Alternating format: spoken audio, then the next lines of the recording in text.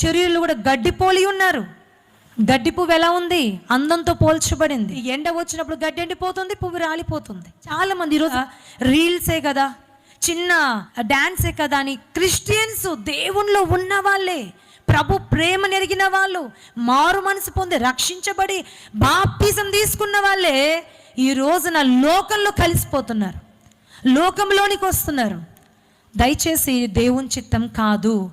శరీర క్రియలు చేయువాడు పరలోక రాజ్యానికి చేరలేడు. దళితులు రాసిన పత్రిక 5వ అధ్యాయము 19-21 ఉంటుంది. శరీర క్రియలు, ఇట్టి కార్యములు జరిగించువాడు పరలోక రాజును అడుగుపెట్టాడు. ఏంటమ్మా శరీర కార్యాలు?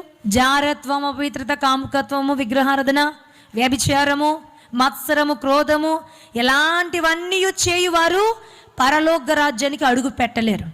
కాబట్టి మనం ఎలా ఉండాలి? యేసు ప్రభు నమ్ముకొని రక్షించబడిన మనం ఎలా ఉండాలంటే పరిశుద్ధంగా జీవించాలి. ప్రభు చెప్తున్నారు.